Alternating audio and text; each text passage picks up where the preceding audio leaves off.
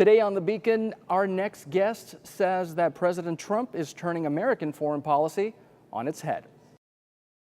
Hi, everybody. This is Israel Balderas. Michael O'Hanlon is a senior fellow and director of research in foreign policy at the Brookings Institution, and he is also a specialist when it comes to American national security policy. Joining us here at Palm Beach Atlantic University, thank you so much for being a guest with us today. It's a treat to be here. Thanks for having me. Well, and you are an adjunct professor, right? A couple of places. A couple of places. So this feels kind of natural for you, right? Absolutely, except 77 degrees in January at a university doesn't feel that natural, but I like it. You can tell why I love my job. Exactly. Well, listen, we are doing this interview the day after President Trump gave his State of the Union address. Let's kind of just talk a couple things that he mentioned and then sort of put it into perspective as to what it means for 2019 when we're looking at foreign policy around the globe. I think the biggest headline coming out of yesterday's address, President Trump plans to meet with North Korea's leader, Kim Jong Un, in Vietnam at the end of February. You were in, I believe, South Korea last month talking about some of the measures that can be taken in order to prevent any kind of ICBM concerns, ICBM attack concerns from North Korea. What's your take as to what this means, the second sort of summit, with someone who, from your perspective, I think you're saying there's still a lot of concerns?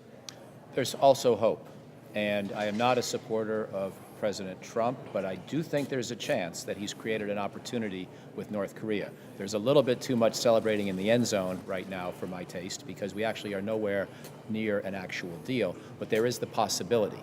The combination of economic sanctions, which the United States orchestrated, but the UN approved after North Korea's various missile and nuclear tests. Those were intensifying under President Obama, but they've intensified further under President Trump because North Korea has done ICBM tests, long-range missile tests, and a big nuclear test during Trump's presidency, and he responded appropriately at the UN. That's really squeezing. We think that North Korea's trade with China, South Korea, Russia, the region in general, is down by more than half as a result of those sanctions. So we've got their attention. And then on top of that, there was, at least in 2017, maybe not so much now, some concern about a possible U.S. preemptive military strike. Maybe we would shoot one of their missiles while it was being prepared for launch on the launch pad.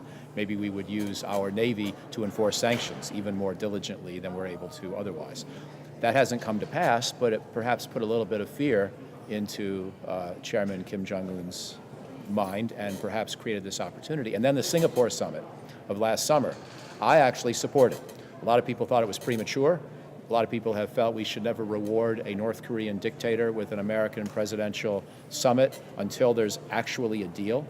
And that logic has a long bipartisan tradition of people behind it. But I sort of like Mr. Trump's willingness to shake things up. But make no mistake, he created an opportunity. He has not yet created a success, because all we've gotten by way of success is a moratorium on North Korean nuclear and missile testing. That's good, but they're still making bombs. Their plutonium and uranium facilities are still operational, and there's been no reduction, certainly, in any of the bombs they had before. So to talk now about having achieved something dramatic already would be wrong, but to talk about a possibility, I think, is correct, and I'm delighted to see this second summit. However, last point, the second summit has to deliver. It's not enough to have sort of a breaking of the ice and these two guys putting their arms around each other.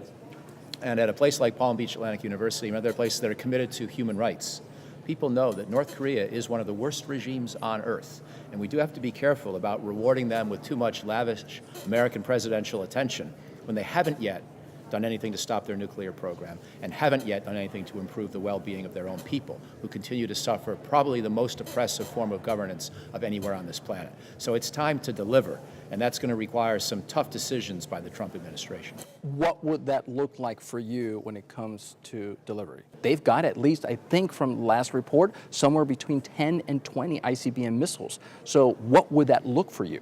Well, you see, this is where there's a division of opinion in the Trump administration, and that's not unusual for American politics and other administrations. There are some people, like John Bolton, I believe, the president's national security advisor, who believe we have to go for a deal that completely denuclearizes North Korea, eliminate their ability to make bombs and all the bombs they already have, which may number in the low dozens by this point. We're not really sure. Right. Other people would say, and I would say, that's too ambitious. The North Koreans are not going to give up all their bombs in the first instance. We need to retain some leverage so that we can go for a second deal down the road. We can't give them too much just for a partial deal, but we can try to eliminate their ability to produce more bombs in a verifiable way. And if they will allow us to dismantle their centrifuges that spin uranium and separate out the U-235 that's bomb grade from the U-238, which is one way to make material for a bomb. And also if they will allow us to shut down their plutonium production and reprocessing facilities, which is the other way to make a bomb. And we can be sure that the arsenal is not growing.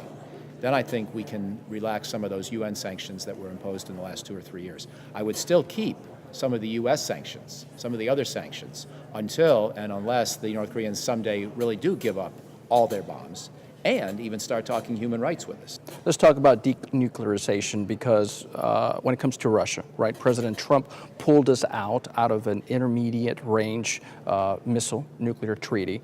Some people in Washington, D.C. were concerned because this is now a new nuclear arms race, right? Some people disagree, and they're not calling this an arms race. They're just saying this is the next step forward to creating a treaty that is both safe for our allies in Europe and for others who may be concerned about the threats that Russia poses. Do you agree with that?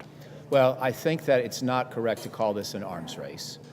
It is a troublesome development, but it didn't begin in the last year or two. And in fact, President Obama had identified Russian violations of this so-called INF Treaty, which, of course, was one of the big signature accomplishments of President Reagan, along with Mikhail Gorbachev, when they started to end the Cold War. So the treaty has a proud tradition.